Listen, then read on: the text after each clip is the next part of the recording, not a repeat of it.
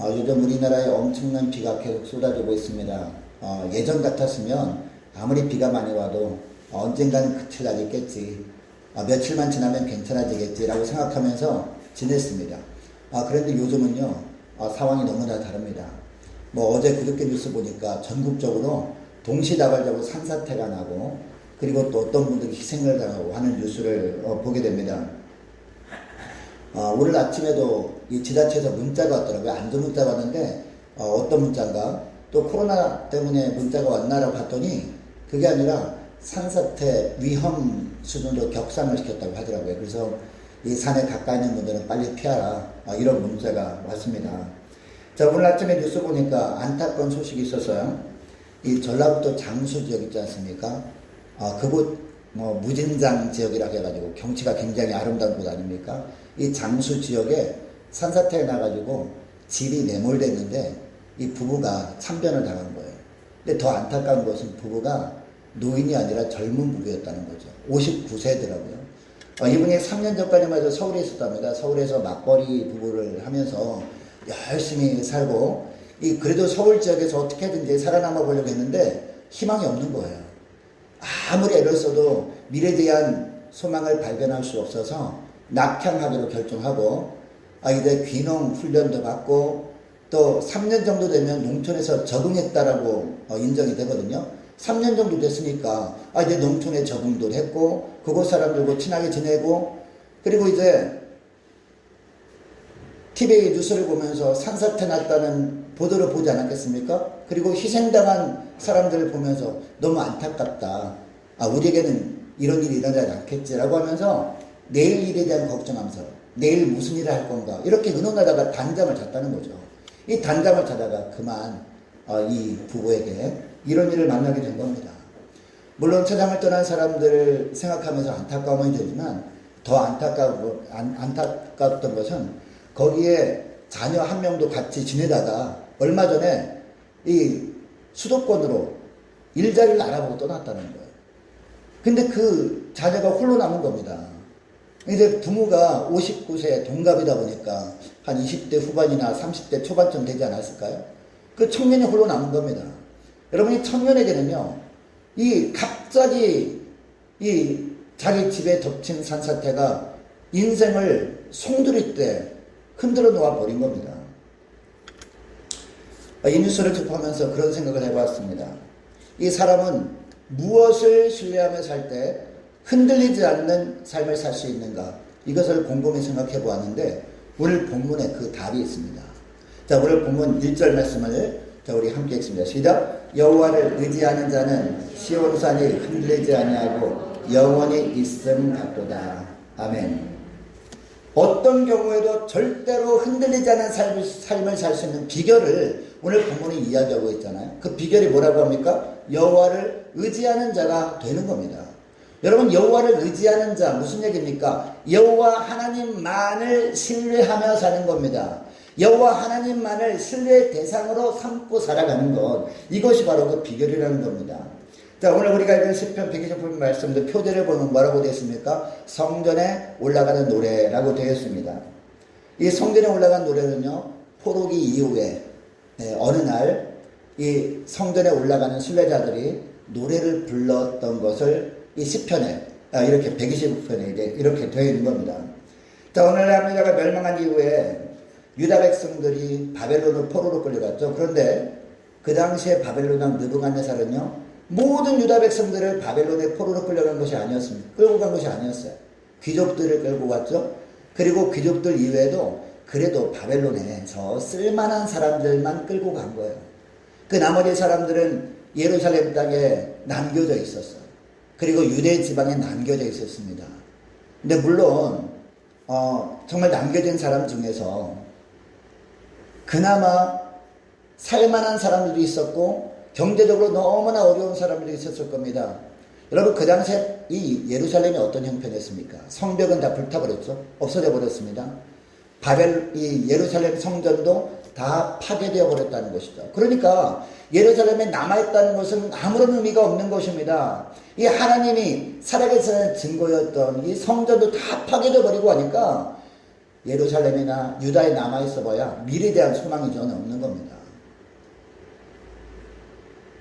정말 경제적으로 어렵고 어디 떠나서 살만한 여유가 없는 사람들은 거기에 남아있었지만 그래도 조금이라도 여유가 있는 사람은 어떤 생각이 있겠습니까? 여기를 떠나서 다른 나라에 가서 좀 거주해서 살게 되면 그래도 이곳보다는 형편이 낫겠지라고 생각하고 예루살렘을 중심으로 동서남북으로 흩어져 살기 시작한 겁니다. 이 사도행전 2장 말씀을 지난번에 제가 말씀을 드린 적이 있는데 수많은 지역에 흩어져 살던 유대인들이 나오죠.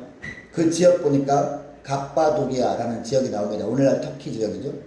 그리고 로마가 나옵니다. 그리고 애굽이 나옵니다. 그리고 리비아가 나와요. 그리고 구레네라는 곳이 나와요. 그러니까 세계 각지에 흩어져 살던 유대인들이 이제 포로기 이후에 여러분 이 성벽이 재건되지 않습니까? 느헤미야를 통해서. 그리고 성전도 재건되잖아요. 스룹바벨을 통해서 성전이 재건됩니다. 성전이 재건된 다음에 성전이 재건되었다는 소문이 세계 각지에 소문이 퍼진 겁니다. 이 소문을 듣고 여러분 그 당시에 흩어져 살던 이 디아스포라 유대인들이 간절한 소망이 뭔지 아십니까? 1년에 3번밖에 예루살렘에 가지 못하지만 가급적 많은 횟수, 가급적 많이 예루살렘에 가서 예루살렘 성전에 가서 하나님을 예배하고 싶다는 간절한 소망이 있었어요. 그래도 3대 절기는 모든 사람이 다 가야 되니까 이 3대 절기 때 이 유대인들이 순례를 행하면서 예루살렘에 도착했습니다. 그동안 우리가 성전에 올라간 노래를 살펴봤는데 그동안은요 쭉 가면서 불렀던 노래였다면 오늘 본문의 125편은요 예루살렘에 도착해서 예루살렘을 바라보면서 불렀던 시였음을 오늘 본문을 통해서 알게 됩니다. 여러분 이 예루살렘에 도착했을 때 그들이 봤던 것이 뭡니까? 1절 말씀을 다시 보면 여호와를 의지하는 자는 시온산이 흔들리지 아니하고 영원히 있음 같도다 라고 하고 있습니다. 여러분 그 당시에 예루살렘 성전은요 어디에 세워져 있냐면 시온산 중턱에 세워져 있어요. 여러분 시온산은 남유다가 망한 이후에도 성전은 허물어져 버렸지만 시온산은 여전히 있었잖아요. 그리고 70년 지난 다음에 이 성전도 새롭게 지어졌습니다. 바로 그것을 생각하면서 이 1절 말씀을 노래한 거죠. 시온산이 흔들리지 아니하고 영원히 있음 같도다 라고 하고 있다는 겁니다. 그리고 또 2절 말씀을 보니까 산인들이 예루살렘을 두른과 같이 라고 하는 표현이 있습니다. 여러분 그 당시 예루살렘은요 굉장히 이 천혜의 도시였다고 합니다. 네. 이 대적들이 쉽게 침범할 수 없는 그런 굉장한 요새였다고 합니다. 왜냐하면 수많은 산들이 이렇게 둘러있는 곳이었다 보니까 예루살렘에 딱 와보니까 정말 수많은 산들이 이렇게 둘러있는 겁니다. 이것을 바라보면서 오늘 시편 이 찬양을 했던 것이죠. 이것을 보면서 세상은 다 흔들리고 다 무너진다 할지라도 이 하나님의 약속의 말씀은 결코 흔들리지 아니하고 변함도 없이 영원함을 확신하면서 이 예루살렘 성전으로 올라간 겁니다. 자, 그래서 2절에 보면 이렇게 고백합니다. 2절 말씀 함께 있습니다. 시작. 산들이 예루살렘을 두른과 같이 여호와께서 그의 백성을 지금부터 영원까지 두르시리로다. 아멘. 여러분 예루살렘을 두르고 있는 산들은요 영원하잖아요. 거기에 사람들은 계속 바뀐다 할지라도 거기에 있는 것은 파괴되고 또 세워진다 할지라도 예루살렘을 두르고 있는 산들은 그대로 있잖아요. 10년이 가도 20년이 가도 100년이 가도 1000년이 가도 그대로 있잖아요. 이것을 바라보면서 예루살렘에 온 우리를 이처럼 예루살렘이 이 산들이 두르고 있는 것처럼 하나님께서 보호하고 있구나. 이것을 직접 시각적으로 바라보면서 주님을 찬양하는 시편이 오늘 본문의 시편이었다는 거죠.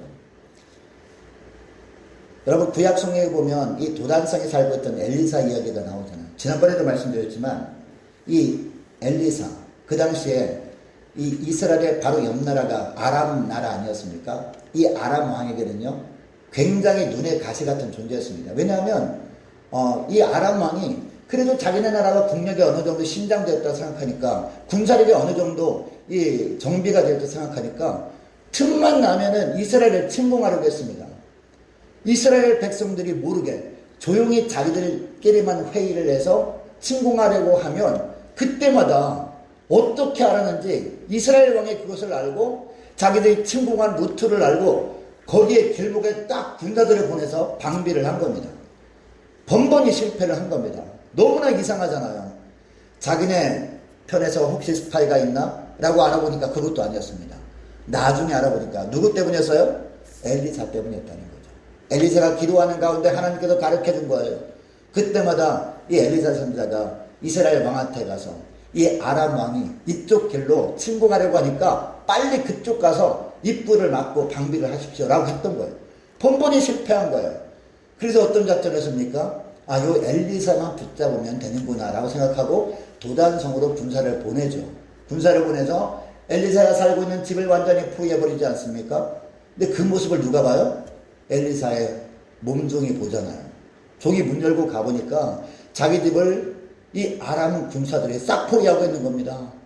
오금이 저렸습니다. 두려웠습니다. 왜냐하면 꼼짝없이 붙잡혀서 이 아람 나라 땅으로 끌려가게 생겼으니까. 부들부들 떨면서 이제 엘리사한테 와서 말하죠. 아, 큰일 났습니다. 우리 이제 끝났습니다 라고 하는데 엘리사는 어떻게 합니까? 전혀 미동도 하지 않습니다. 왜 그렇습니까? 하나님을 신뢰했기 때문이라는 거죠.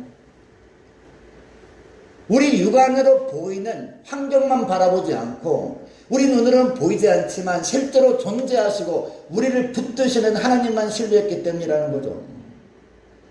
그래서 엘리사가 기도하잖아요. 주여 이 시종의 눈을 열어 보게 하옵소서. 무엇을 보게 달라는 거예요? 육신의 눈으로는 보지 않는 영적인 세계에서 어떤 일이 벌어지고 있는지를 보게 해 주옵소서. 이렇게 기도한 거예요. 여러분, 세상이 여러 가지 모습으로 흔들어 놓으려고 할 때가 있습니다. 그래서 우리의 믿음을 완전히 그냥 내팽개치려고 할 때가 있다는 거죠. 그때 우리의 믿음이 흔들리는 이유가 무엇일까요? 우리가 지금 서 있는 이곳에서 시온산을 두르고 있는 산들처럼 우리를 두르고 보호하고 계시는 주님의 능력의 팔을 보지 못하기 때문 아니겠습니까? 여러분, 세상의 수많은 방법으로 우리의 믿음을 흔들어 놓는 위기를 만났을 때 우리 혼자만 있는 것이 아님을 여러분 믿으시기 바랍니다. 내가 볼 땐 나 혼자예요. 모든 사람이 나에게 등을 돌렸습니다. 그럼에도 불구하고 우리는 혼자가 아니에요. 주님이 함께 하십니다. 주님께서 그냥 주님만 함께 하시는 것이 아니라요, 우리 주님께서 우리 눈에는 보이지 않지만 실제로 존재하는 천군 천사를 동원해서 우리를 공격하고 우리를 힘들게 하는 사람들을 그 밖에 포위해버리고 있다는 것을 믿으시기 바랍니다.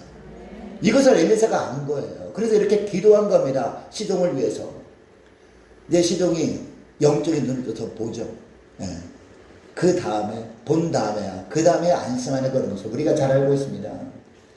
여러분, 우리가 흔들리고 있다는 것은요, 내가 지금 잘못된 것을 의지하고 있다는 증거 아니겠습니까?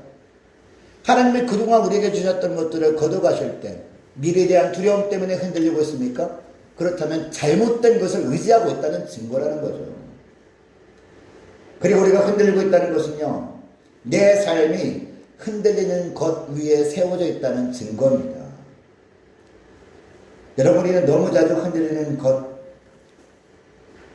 위에 우리의 삶의 터전을 세우려고 합니다. 지금은 든든해 보입니다. 흔들리지 않는 것처럼 보입니다. 그러나 주님 이외의 것들은요, 결국은 어떻게 되는 것들이에요? 다 흔들리고 만다는 겁니다. 어떤 사람은 물질 위에 자신의 삶의 터전을 세우려고 합니다. 근데 그 물질을 주님께서 흔들어 놓을 때가 있어요. 그리고 또 어떤 사람은요, 인간관계 위에 자신의 인생을 설계하려고 합니다. 아, 돈은 없어져도 인간관계를 영원하지. 어제 저 예비 신자한테도 문자가 왔어요. 아, 우리 교회 한 번도 나오지 않은 분인데 저랑 동시에 그분이 문자 왔는데 돈은 잃어도 사람은 잃지 말자. 이렇게 문자가 왔더라고요. 예. 이처럼 예.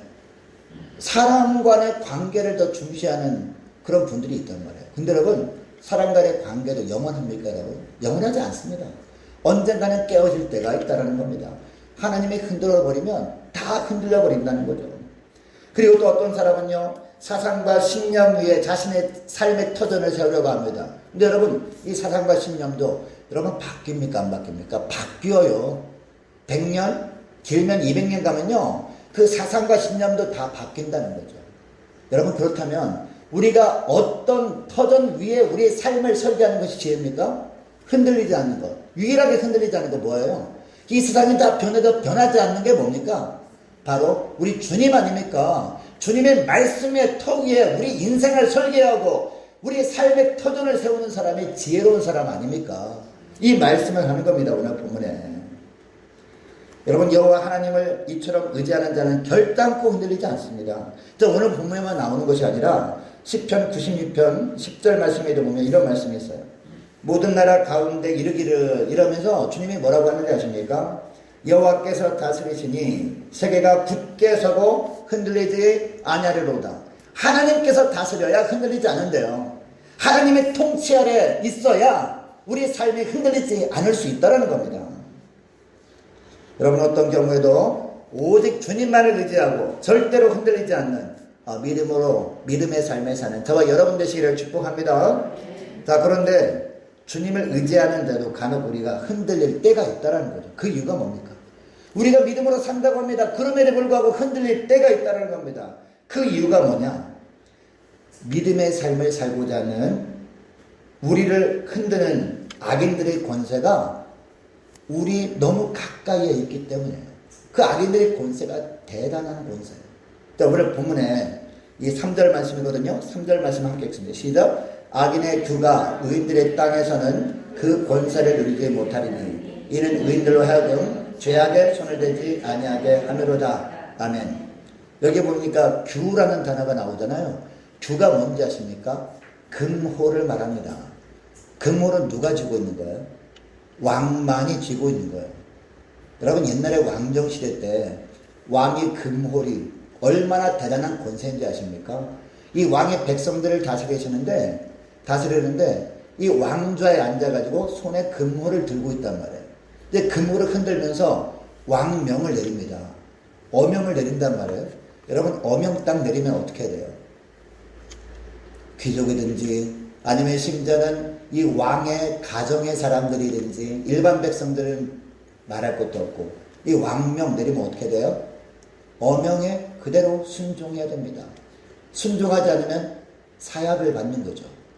이처럼 이 금홀, 규는요, 그만큼 권세가 대단합니다. 오늘 본문에 이 악인의 규가 의인들의 땅에서는 그 권세를 누리지 못하리니, 이 말씀하는 이유가 뭡니까? 악인들의 권세가요, 세상적인 볼 때는 너무도 대단했던 거예요. 그 권세 아래서 그 사람들의 비밀을 맞춰주지 아니하면 살아갈 수 없을 만큼 대단한 권세였다는 거예요. 심지어는 왕정시대 왕이 손에 든 금홀처럼 그만큼 권세가 엄청났다는 겁니다. 여러분, 그러니까 웬만한 사람들은 믿음으로 살다가 나와 직접 관계된 사람이 이처럼 손에 규를 들고 금홀을 들고 권세를 휘두를 때 어떻게 하라고 합니까? 일단 순종하고 보자. 일단은 그 사람 마음을 맞춰놓고 보자.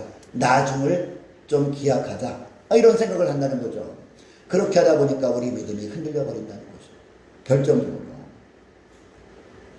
여러분, 지금도 우리 주변에는요, 이런 세상의 힘을 가지고 있는 악한 세력도 있다는 거죠. 어떻게 하든지 우리 믿음을 흔들어 놓으려고 하는 그런 악한 권세자들이 있다는 겁니다. 여러분, 에덴동산에서 그 권세자가 누구였습니까? 사단이었잖아요. 사단이 얼마나 권세가 된지 뱀의 모습으로 위장해서 찾아와요. 누구한테? 아담과 하와한테 찾아와가지고 이 말의 권세가 있어요. 이 사단마귀도요. 이 사단마귀가 뱀의 모습으로 변장해서 와서 말하니까 쏙 넘어가 버려요. 그만큼 권세가 있다니까요. 우리의 마음을 호리는 그런 권세가 있어요. 그럴듯하게 말합니다. 그럴듯하게 말해주면 그것은 진리는 아니었어요. 여러분, 이 바벨론 왕 느부갓네살이 있지 않습니까? 느부갓네살 왕, 그 왕도요, 이 금호를 가지고 어떤 어명을 내리죠. 두라 지방에 있는 금신상에 절하지 않으면 풀무불에 던져 넣겠다라는 그런 어명을 내립니다. 여러분, 이 어명을 누가 듣습니까? 다니엘의 세 친구, 사드락, 메삭, 아벳느고가 듣죠. 근데 여러분, 이 다니엘의 세 친구는 어떻게 합니까? 그 금호를 흔들면서 내린 그 권세에 복종합니까? 안 합니까? 하지 않습니다. 왜요? 그 권세보다 더 큰 권세가 바로 하나님께 있음을 알았기 때문이죠. 결국 이 풀무불, 평소보다 7배나 더 뜨겁게 활날 타는 풀무불에 던져지긴 합니다. 그런데 결과적으로 어떻게 됐나요? 주님이 건져주시죠. 네. 여러분, 사단은요, 광야에서 예수님까지도 유혹합니다. 광야에서 40일 동안 우리 예수님이 금식하고 죽이시지 않습니까? 그때 사단이 찾아서 유혹한다. 그만큼요, 이 세상적인 기도는 이 사단의 권세는 대단해요. 이 악인의 권세는 대단하다는 거죠. 근데 예수님은 어떻게 합니까? 다 말씀으로 이기시죠. 여러분, 수산성에 있던 하만 이야기 우리가 압니다. 하만과 모르드게, 에스더서에 나오지 않습니까? 이 하만이 권세가 대단했어요.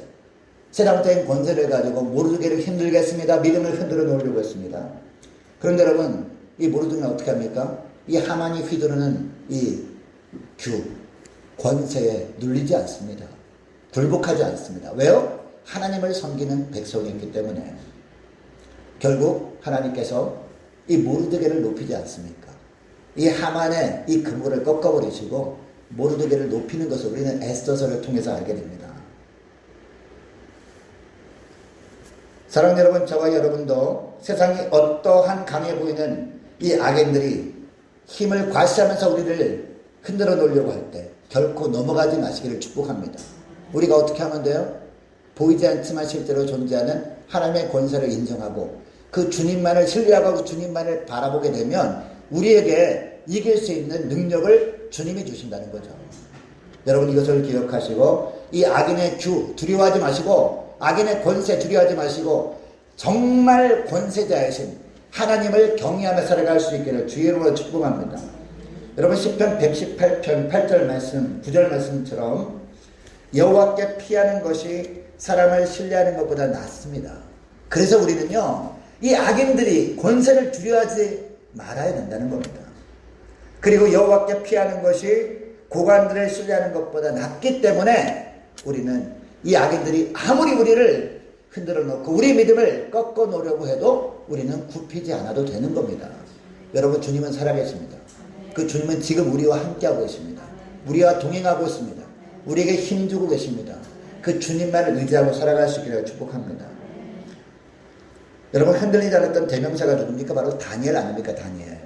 이 다니엘은요, 그 당시에 4대 왕조에 걸쳐서 승승장구했던 사람 아닙니까? 여러분, 이것만 보더라도 다니엘은 보통 사람이 아니죠. 당시에도요, 오늘도 마찬가지지만 당시에도 왕조가 바뀌게 되면요, 그 이전 왕에게 충성했던 사람은 전부 싹 다 숙청을 합니다. 새로운 사람은 딱 포진해서 일을 한단 말이죠. 근데 다니엘은 이 왕조가 바뀌고 그리고 나라가 망하고 새로운 나라가 세워져도 이 다니엘은 잘리지 않아요. 계속 귀한 대접을 받습니다. 여러분, 어떻게 그렇게 할 수 있었을까요? 모든 사람들이 새로운 왕에 등극하게 되면요, 왕에게 시선을 돌립니다. 왕의 비위를 맞추려고 합니다. 왕의 마음에 맞게 행동을 하려고 합니다. 그래서 어떻게 하든지 왕의 마음에 들게 해서 높은 자리로 올라가려고 한다는 거죠. 근데 다니엘은 어떻게 했습니까? 사람 눈치를 보지 않았어요. 하나님 시선만 살폈다는 거죠. 하나님께서 나를 바라보실 때 어떻게 살아가는 것을 원하시는가, 이것만 생각했다는 거죠. 이런 상황 속에서 주님은 어떤 삶을 원하실까, 이것만 생각하고 주님이 기뻐하는 것만 선택하며 살아갔다는 거죠. 그러다 보니까 주님께서 결정적인 순간마다 건져주시고 높여주셨다라는 겁니다. 여러분, 처음에 여러분이 다니엘이 이 총리 대신으로 근무했던 때가 언제입니까? 느부갓네살 왕 때 아닙니까? 꿈도 해석해주고 했잖아요. 그리고 느부갓네살 왕이 이제 왕좌에서 내려오고 누가 됩니까? 그 다음에 벨사살 왕이 왕으로 등극하죠. 벨사살 왕 때도 또다시 총리 대신으로 활약합니다. 이제 바벨론이 망합니다. 바벨론이 망하고 메데 바사, 그러니까 페르시아죠. 자, 오늘날 이란이 페르시아, 옛날 고대 페르시아거든요. 페르시아가 새로운 나라가 세워집니다. 이때 왕이 다리오 왕이었습니다. 그리고 고레스 왕이었습니다. 이어서 이 네 왕에 걸쳐서 왕들은요, 다른 사람보다도 가장 먼저 딱 선택한 사람이 누구였어요? 다니엘을 선택했다는 거죠. 왜 선택했을까요? 다니엘은 사람 눈치 보지 않는구나. 정직하고 성실하게 하는 사람이구나. 이 사람은 믿을 만하다. 왕들마다 그렇게 인정했다라는 거죠. 그래서 하나님이 세우신 그 자리에서, 세상의 자리에서 정말 선한 영향력을 행사했던 그런 사람 아니었습니까? 다니엘이. 여러분 시편 46편 5절에서 7절까지 말씀 보면 이런 말씀이 있어요. 하나님이 그 성 중에 계심에 성이 흔들리지 아니할 것이라. 새벽에 하나님이 도우시리로다. 하나님의 성 중에 계시면서 그 성이 흔들리지 않는데요. 여러분 그 성, 오늘날 뭘 말합니까? 바로 성령이 거하는 전인 우리들을 말하는 거 아니겠습니까? 주님께도 우리 안에 계시면 우리가 흔들리지 않을 수 있다는 겁니다.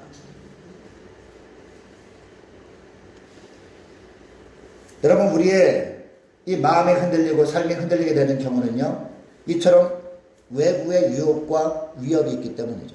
악인의 규 때문이라는 겁니다. 그리고 또 하나가 이유가 있습니다. 우리 내부 속에 일어나는 문제 때문에 우리가 흔들리기도 한다는 겁니다. 자, 이 말씀이, 자, 특별히, 자, 5절 말씀, 5절 말씀 함께 했습니다. 시작. 자기의 굽은 길로 치우치는 자들은 여호와께서 죄를 범하는 자들과 함께 다니게 하시리로다. 이스라엘에게는 평강이 있을지어다. 아멘. 여러분 이 말씀은 무슨 말입니까? 굽은 길로 누가 가는 거예요? 누가 선택하는 거예요? 내가 선택하는 거예요. 예. 악인의 길이 있습니다. 의인의 길이 있습니다. 그런데 내가 볼 때 악인의 길이 너무나 넓어 보이는 거예요. 너무 쉬워 보이는 겁니다. 당장 나에게 유익이 되는 것 같아 보이는 겁니다. 내 눈에 좋아 보이는 겁니다. 그래서 선택하는 겁니다. 누가요? 내가 선택하는 겁니다. 근데 내가 선택한 길로, 그 악인의 길로 가게 되면 여러분 의인을 만날까요? 악인을 만날까요?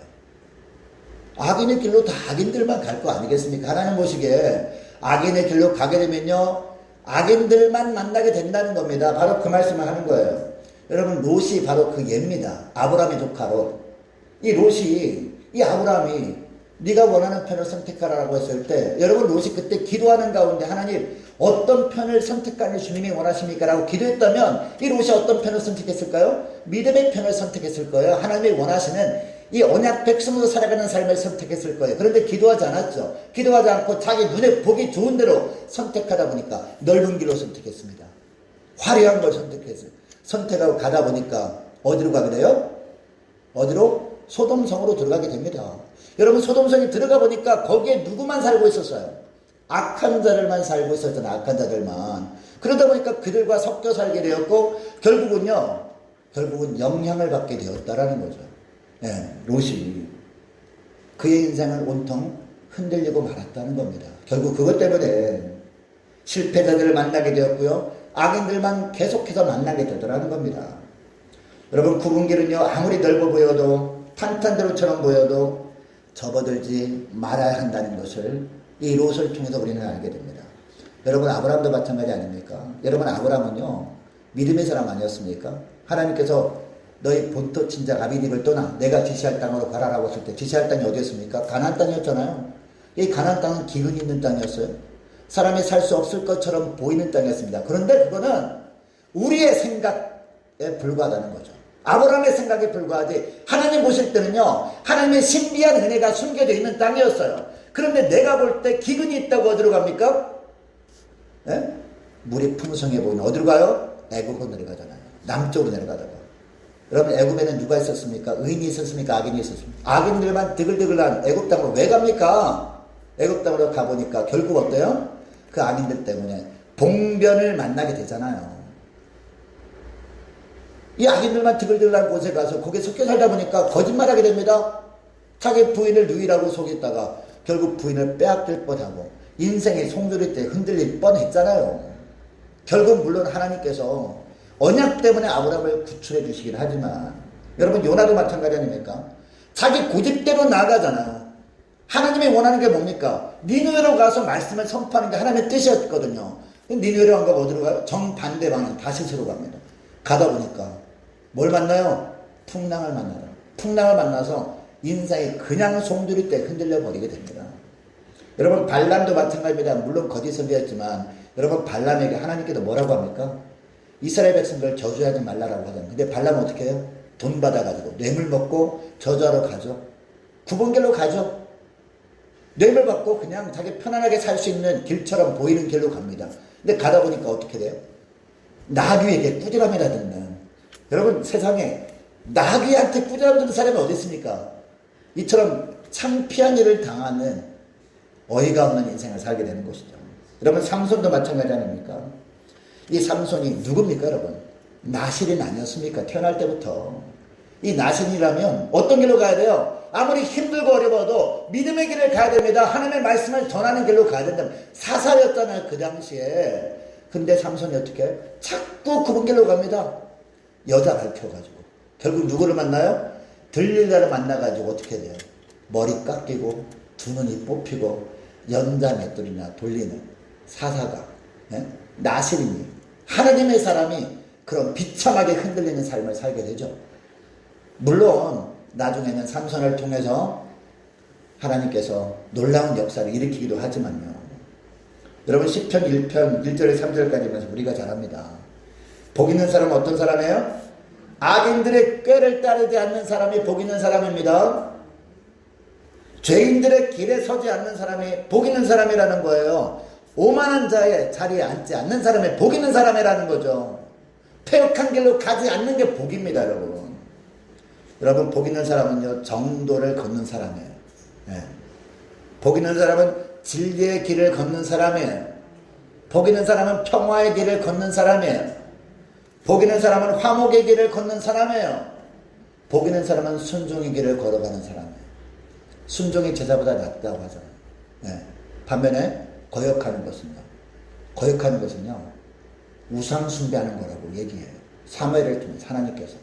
그리고 거역하는 것은요 점치는 죄를 범하는 것 같다고 합니다. 여러분 우상 숭배하는 자들, 점치는 자들 주님의 멸하라고 했거든요. 주님께서 멸하라고 하는 대상이 되고 만다는 겁니다. 여러분 정도의 길을 걸어가는 복 있는 사람으로 살아갈 수 있기를 축복합니다. 구분길로 가지 마시기 바랍니다. 정욕의 길로 가지 마시기 바랍니다. 불순종의 길로 가지 마시기 바랍니다. 분쟁의 길로 가지 마시기 바랍니다. 특별히 험담의 길로 가지 마시기 바랍니다. 내가 자꾸 험담하잖아요. 그 길로 막 가면 누구만 만나요? 험담하는 사람만 만나게 되어 있어요. 그 사람이 나를 만날 땐 다른 사람 험담을 해요. 다른 사람한테 가서 누구 험담할까요? 내 험담을 합니다. 예. 그런 사람을 만날 수밖에 없다. 그러니까 그런 길로 가면 돼요? 안 돼요? 가면 안 된다는 거죠. 주님이 인도하시는 의의 길로 걸어가시는 저와 여러분 되시기를 축복합니다. 그러면 모세가 그 길을 걸어갔어요. 그 길을 걸어가 보니까 야 이게 진짜구나 라는 것을 알게 돼요. 그래서 모세가 이제 죽기 전에 후계자였던 여호수아에게 간절히 말하잖아요. 우리가 정도의 길, 의의 길로 걸어갈 수 있는 비결을 말합니다. 여호수아 1장 8절 말씀 우리가 잘 아는 말씀이잖아요. 이 율법책을 내 입에서 떠나지 말게 하며 주야로 그것을 묵상하여 그 안에 기록된 대로 다 지켜 행하라. 그리하면 내 길이 평탄하게 될 것이다. 내가 형통하게 될 것이다. 의의 길로 평탄하게 걸어가게 될 것이다 라는 거죠. 여러분 말씀을 멀리하지 마시기 바랍니다. 말씀을 붙들고 살아감으로 말미암아 이제 우리 주님께서 인도하시는 그런 생명의 길로 걸어갈 수 있기를 주의 이름으로 축복합니다. 여러분 이제 말씀을 뵙길 원하는데요. 이 땅의 모든 사람들은요 흔들리며 살아가고 있습니다. 폭우 때문에 흔들리고 산사태 때문에 흔들리고 이제 어떤 천재재변이 또 찾아올지 모릅니다. 또 어떤 여러 가지 시련과 고난과 환란이 우리 앞을 가로막고 있을지 모릅니다. 그런 거 찾아올 때마다 여러분 사정없이 흔들리는 삶을 살면 되겠습니까? 안 되겠죠. 하나님은요 우리가 흔들리는 삶을 사는 것을 기뻐하지 않으십니다.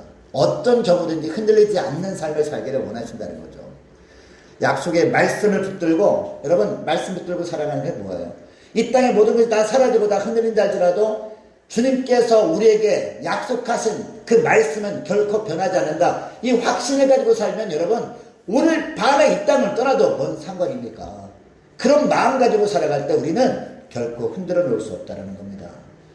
여러분 이것을 기억하시고 반석되신 우리 주님 앞에서 반석되신 우리 예수 그리스도 앞에서 날마다 흔들리지 않는 믿음으로 굳건히 살아가시는 저와 여러분 되시기를 주의 이름으로 축복합니다. 자 기도하겠습니다.